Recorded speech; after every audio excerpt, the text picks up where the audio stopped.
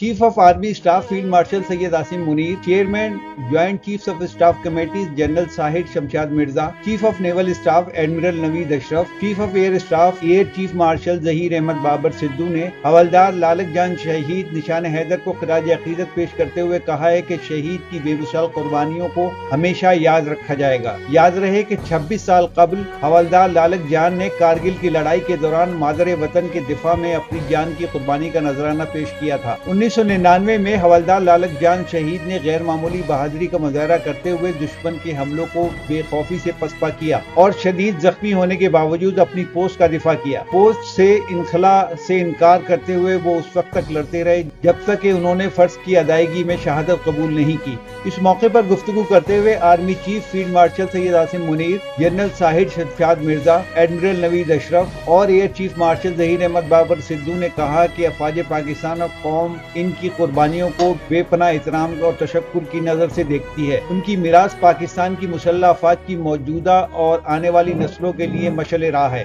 انہوں نے کہا کہ ہم شہداء کی مقدس امانت کو برقرار رکھنے اور مادر وطن کے دفاع کے شہداء پاکستان کے مشن کو جرأت، لگن اور غیرت کے ساتھ جاری رکھنے کے عزم کا اعادہ کرتے ہیں۔